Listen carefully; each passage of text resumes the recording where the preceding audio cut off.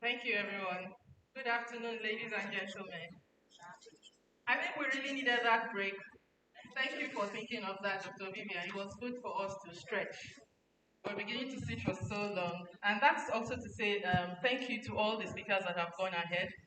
And it was also nice to get to know you a bit closer with that short break we had. And we've had interesting conversations. Thank you so much, sirs and man. So, happens that I'm next now. And being the educator that I am, I prefer to work with slides. I know Dr. Vivian said, yeah, make it a TEDx event, just tell the stories. We'll tell the stories, but sometimes we want to keep us to focus. And I hope the media guys will be able to help me with that. Is anybody with me? All right. So I'm here today. Sorry, I gave you the slide. I thought you had it. Okay. So I'm here today to talk, with the two of my staff there, colleagues in the office, Ms. Dami and Ms. Inka. Please stand up to be recognized. Thank you. So we educate together, and with them I'm going to be telling you today about what it means. No child is dull. Oops, we have it upside down. Well, I'll try to start while we try to fix that and see if we can do it. All right, thank you. So, we all have a desire, and that's why we're here.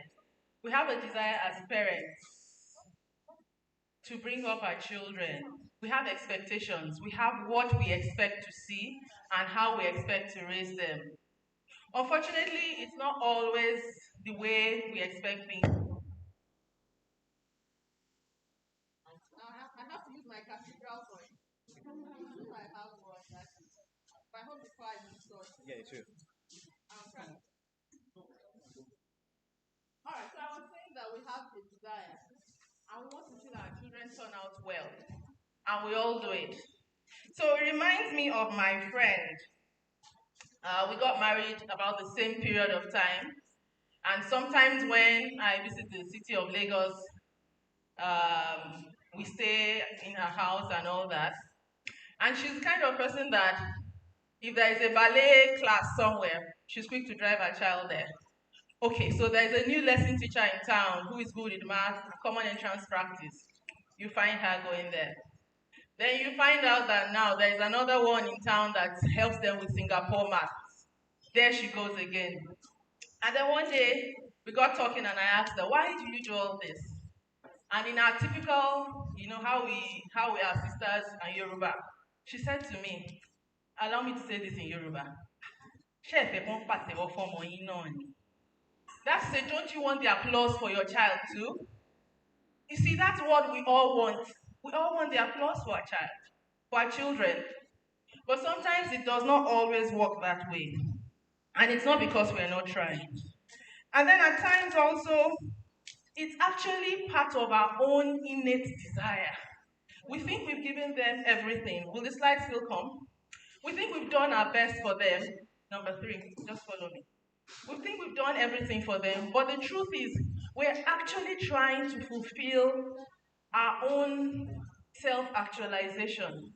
We provided them, that's Maslow's theory says that you give them the physiological need, you love them, provide safety, esteem, and everything. And at the end of the top rung is self-actualization, not only for them, but also for us. First of all, for them, because yes, every child should go through the triangle and come out successful at the end.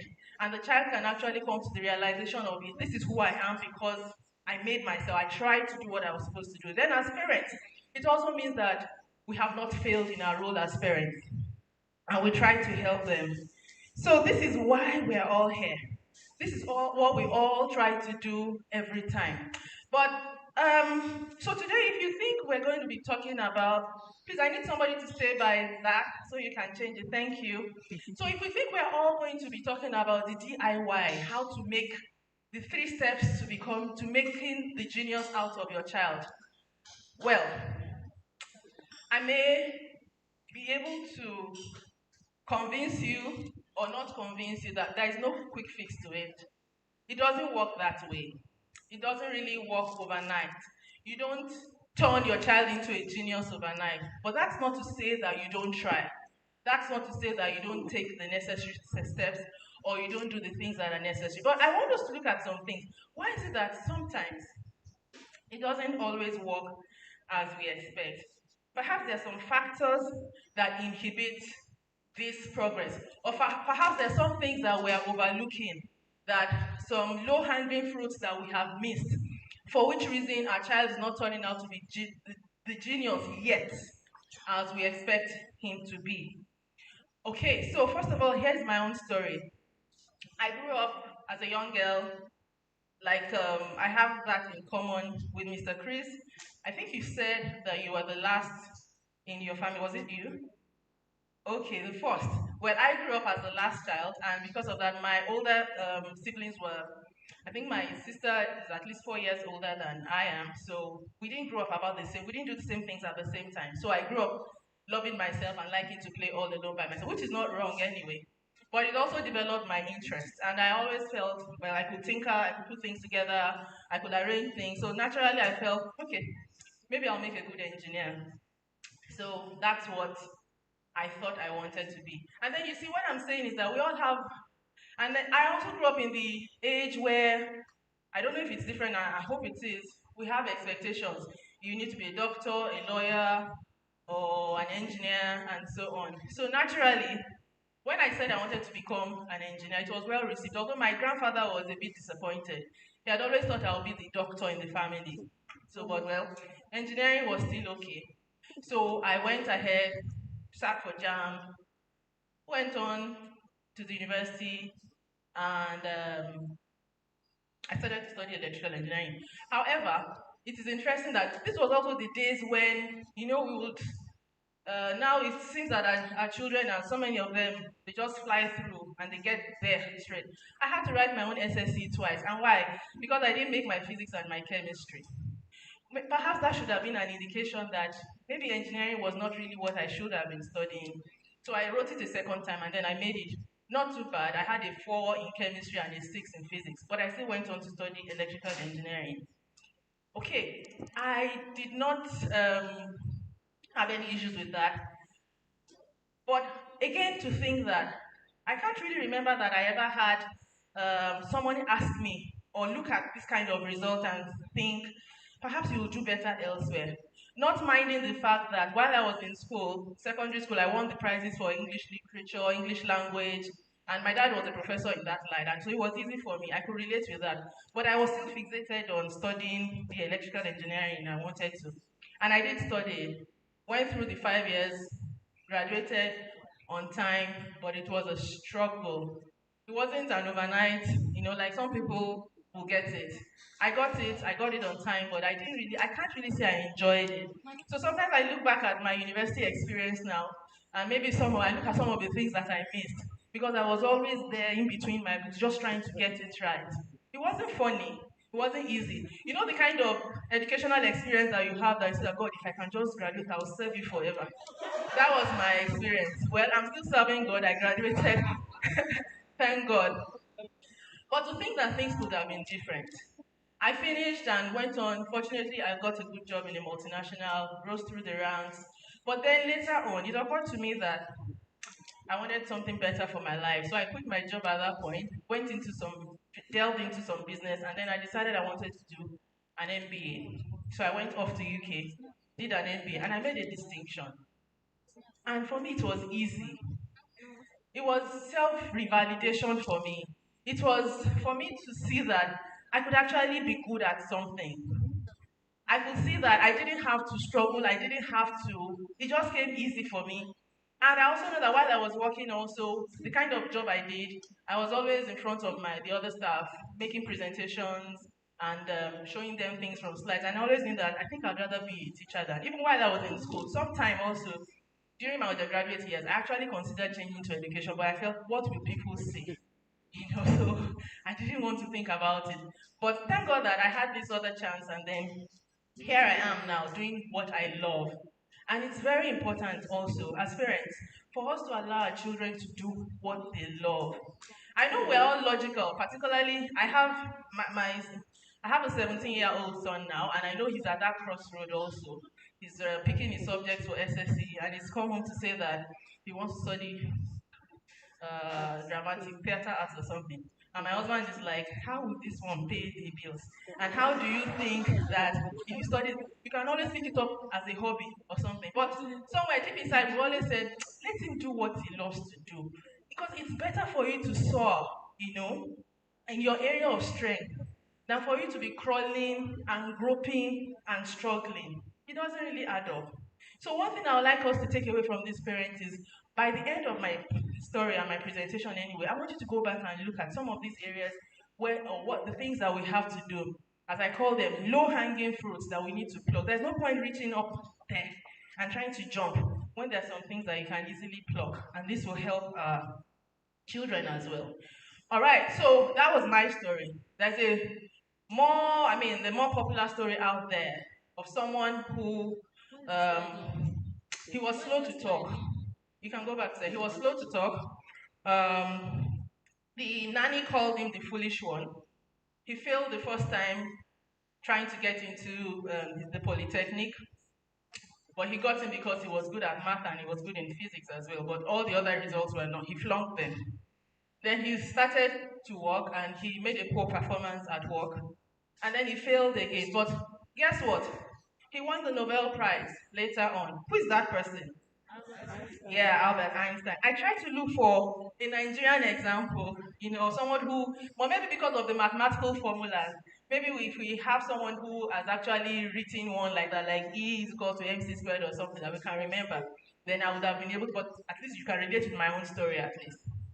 Okay, so but he said one thing. He said, it's not that I'm smart. It's just that I stay with the problems longer. Most people say that it is the intellect which makes a great scientist. They are wrong. It's actually the character. So as parents, we're the ones expected to build the character for our children. Or we help them, we take them through that path and then they can build on it. So I want us to look at a few things that matter this afternoon. So first of all, every child has potential. I believe that strongly.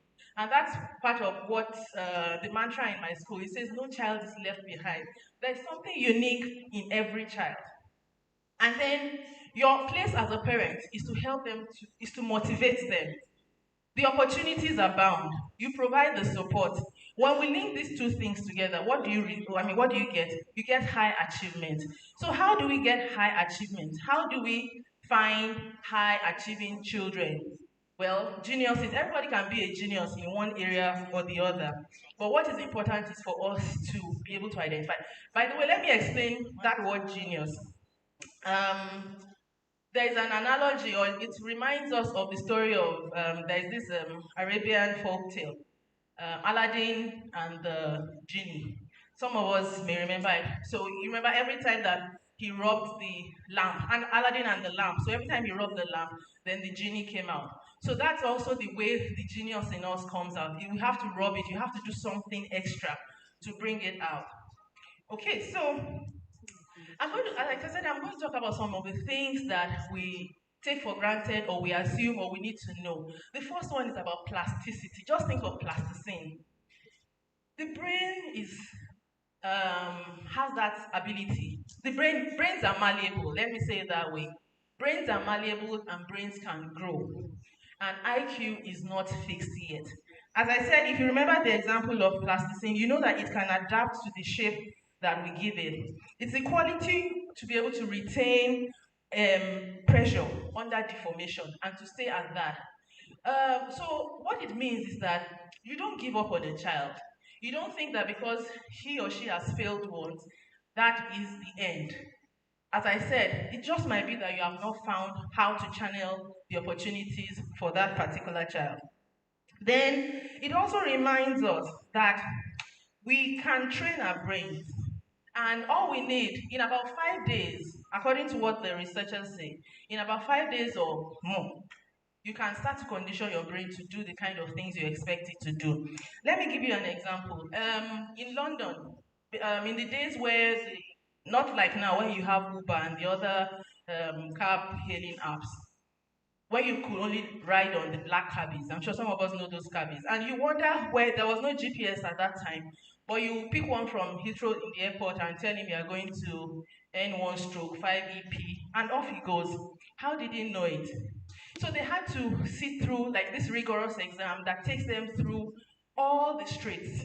I mean, and it's on record to say that it actually takes them through about 320 routes, 20,000 landmarks within a 6 mile radius of about 25,000 streets, and they know everywhere. How did that happen? They train their brains. So it was examined to say that, like the part of their brain, maybe it's the hippocampus or something like that, that is responsible for that, is actually magnified. If you did an MRI scan, you find that that part of their brain is magnified because they have to train it to do these things. And then later on, after retiring from the black cab business, you find that the same driver, because he's no longer using that part of his brain, may no longer be able to do it. So just for us to realize that. Another example I can relate with was my secondary school teacher, my mathematics teacher. His name was Mr. Greg. I always refer to him because I know he taught me math, but he didn't teach me math in the usual way. The only thing I remember that he ever did with us in class was ask us to come to school with a jotter every day. How many of us use new general math when we were in secondary school? You know, to have questions A to I, 1J, 1A to I, chapter 2, A to E, A to. So the only thing Mr. Greg used to do for us then was bring out your book. Just bring it, check it. So for those of us who are studious and dedicated and will go the whole length of it to do what he said, that was how we made our A's in maths. You didn't have to. Yes, of course, I know that you have questions you need to tackle, but the point was that practice, practice, practice, practice brought out the best in us in mathematics. And the same principle still applies. If you do the same thing over and over and over and over again, you get the best result. Another example I can relate with, we all talk about Bill Gates, and then there's this 10,000 hour principle. Some of us may have read of this research. It says that when you do the same thing over and over for a period of about 10,000 hours, that thing becomes normal to you, becomes next nature to you. So the story goes that his mom used to work in a library or something, and so he had the privilege or opportunity to be able to go sit in the library and work overnight, programming and doing web and all that. And then no wonder he turned out to be who we know him to be today. There's another example of the Beatles, a musical band in the 60s. Same thing happened. They needed to prepare for a particular performance, I can't remember, but because they were not good enough or something like that. But then they went back and then they practiced and they accumulated up to 10,000 hours of practice. Then it became the norm for them. So what I'm saying in essence is that sometimes all we need to do is this focus, practice. And our role as parents is to make sure that our children focus and do not give up easily. All right, so more of that later. The question I'm about to ask now, is it really, based on what I've said now, is it nature or is it nurture? What actually makes the difference in our learning environment, or what makes the difference in the outcome of our children? Would you say it's nature or it's nurture? Well, I'll say it's a mixture of both. So first of all, we look at the genes. Like I said, some of us also, please be careful, parents. You don't tell your child, well, I wasn't really good at math, so if you are not good, huh? I wasn't good at math, so if you are not good, I'm not surprised. No, that's not really true. And I know some parents they give up like that. It's okay. I know it was not really my thing. That's fine. So the point is that it's a bit of, yeah, your genes actually play a part. And it's interesting that the two male speakers, both of you have twins. That's serendipity. So nice of that. I wanted to have twins, but I don't know, maybe parenting would have been double work for me. I don't know. But the truth is, even with the research, says that even twins, while except if they're identical, they have similar genes a lot. So because of that, but they'll still differ in some things. You still cannot say they're 100%. They don't turn out 100% the same. And what our children from the same parents? You think that you raise. I have a friend of mine whose her child. Her children will come to my summer school and we grew up together. She was very gentle, very calm. But we found out that she had this daughter who was just everywhere. And she would look at me and say, sis, I don't know how this happened. We thought we had it all together. So it's not to say that the child is not, she didn't try for the child. And it's not to say that the child is wild. Then it's just that she's an extrovert. She doesn't keep quiet. She always wants to make her voice known and all that. So the truth is that while we have um, you bring up your children the same way, but because of their individual differences, which is my second point, they may still turn out differently. So you cannot really control that. You cannot hammer and say, be like your brother, be like your sister. Can you not see? They are just different. They are wired differently. We're all wired differently. And then the third one is to say that even our social and environmental differences make the difference in our outcome as well. Now, I want to give an example. In a school in the UK, I mean, just generally looking at, we all know that Oxford, Cambridge, those are the top schools that people would rather be. But it says that in a particular school, Eton College, which I think many of us will know that, where Prince Harry or the royal family finished from, 82 children from that school enrolled in Oxford and Cambridge in a particular year. Meanwhile, only 50 children of those attending school feeding schools, because of course if you attend a school where they feed you daily meals in the UK, that means it's of the lower cadre. So only 50 of them could make the entrance into that school. That shows you sometimes your background also affects the opportunities you're able to present to your child. So don't even go to school and start comparing your child with her classmates, because sometimes you don't even know the exposures that they have at home. Which also reminds me also about the genes as well. That even if you think that you have put everything in place, like I said, even if the genes are such that your child would ordinarily have done well. But what if you are the kind of parent that you get home, you pick them from school, and you come home and you're watching Telemundo or something, and your child, my apologies if you watch that, really, and your child also sits beside you and she forgets to do her homework and she doesn't. So even if she has the brightest of genes and she has the brightest of everything, if you don't provide the right enabling environment, there's no amount of lesson teachers or everything that you will provide that will make that child to excel. So you see, it's a combination of all the factors that will bring out the best in our children. All right. So my next point says, let the children play. Please allow the children to do what? Play. I'm saying this because in my school, and thank God I can see that we have. I saw one of the banners over there for childcare. You have a parent coming to school and saying, "How old is my child? She's 2. I want her to finish. You graduate by 14." My question is, where are you rushing to? And then he said, "No, she's too smart. If you see how she's pressing YouTube, you know that she should be in pre-nursery." Please allow a child to play. Like I'm always saying, look at those of us sitting here. You can't really tell if you are older than I am or she's older. We all look the same. Adulthood is a leveler. We all turn out the same. But you can tell the difference between a 4-year-old and a 6-year-old, a 9-year-old and a 3-year-old. They are different. So why do we always want to rush them? I get this from time to time. I get this a lot. Another example, I'm very passionate about this as well. Then you want them to finish from primary 5 and go to where? So that what will happen? So that they can write Cambridge. So after they write the Cambridge, then they will now do what? For what end? Or even for the pre-nurseries as well. You bring a child to school and child's already writing 1, 2. What's a 2-year-old doing with writing 2? So that she can count 2 naira or 2 eggs or what? It doesn't really matter.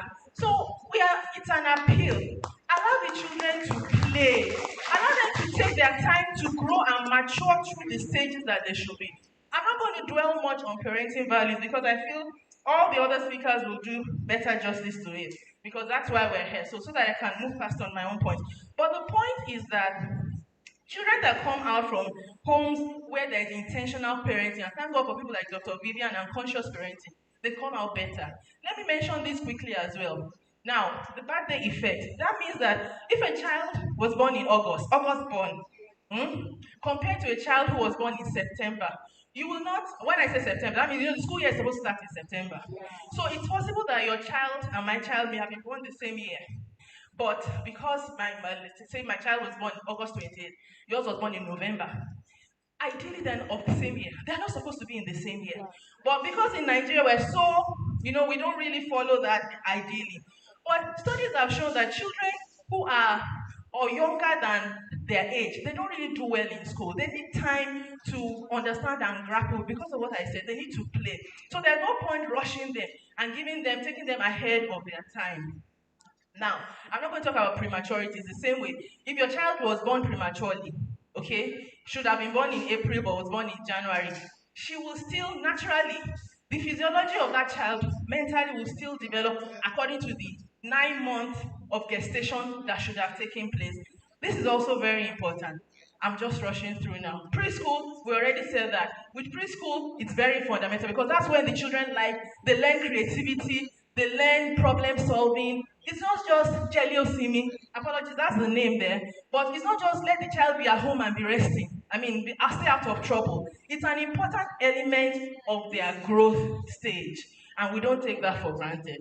Then I must not fail to mention the special needs. So some of us, our children have special needs.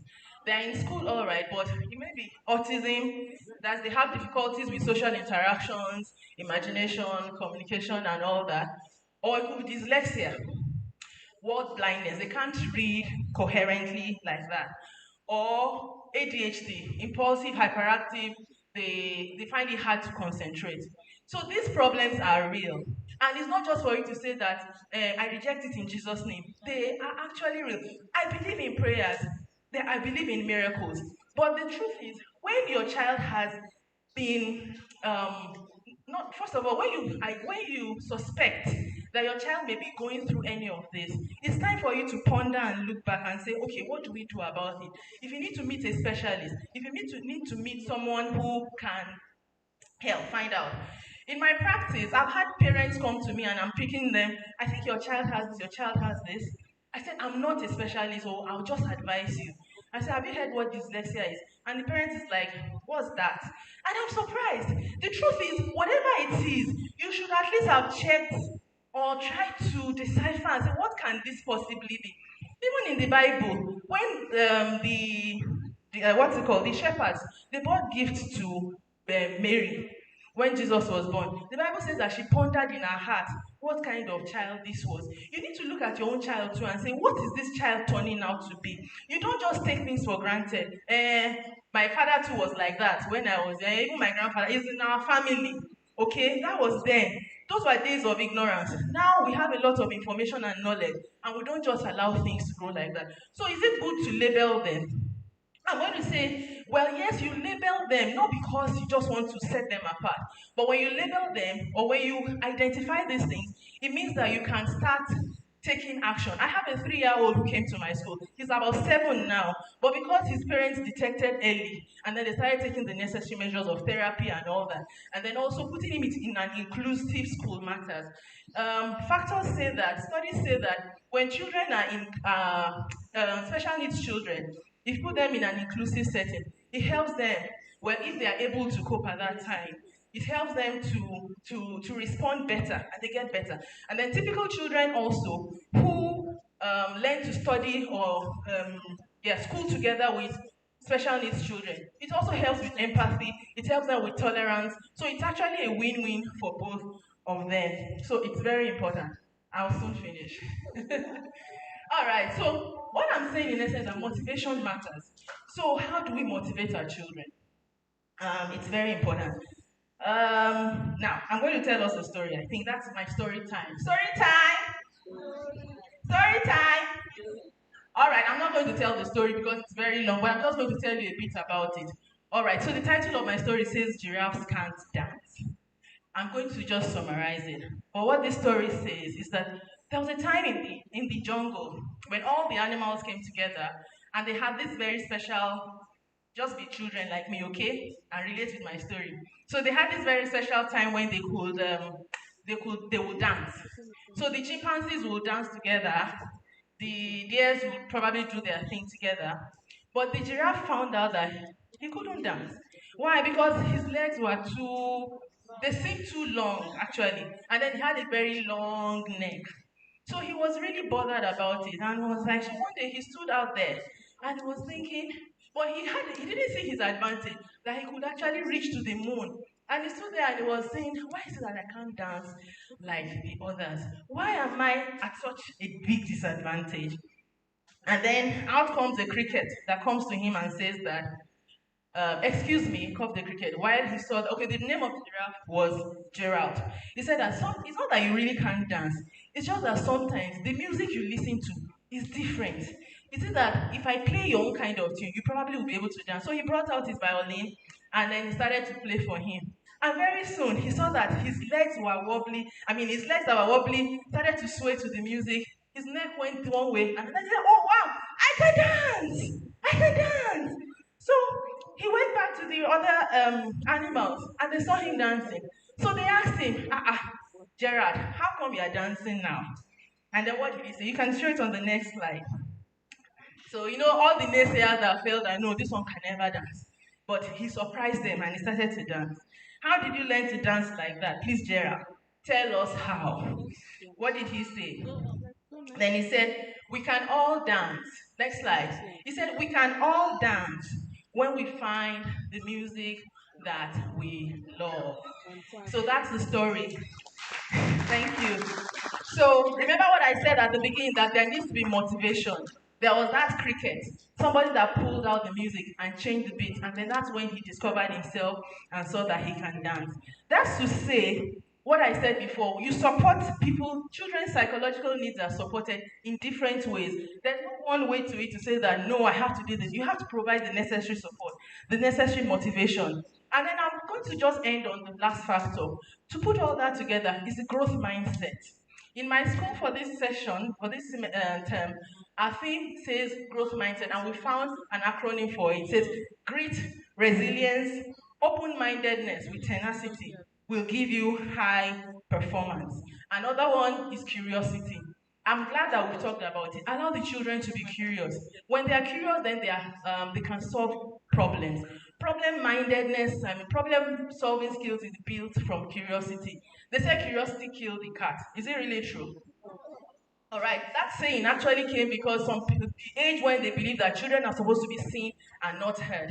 That's where it started from. But from these days, allow our children to ask questions. Allow them to ask questions. Please answer their questions. I like the way Irene answered that question, particularly on how, whether daddy twice or something. I like the answer because I was already thinking of how I would have answered that if it was me. But that's it. I have no special talents. That's what Albert Einstein said. Let's go to that. He says, I'm just only passionately curious. So if you allow this together, build motivation in our children through the activities that we engage in, allow their curiosity to grow, you'll find out that no child is dull. You just have to play the music that that child loves. Thank you very much.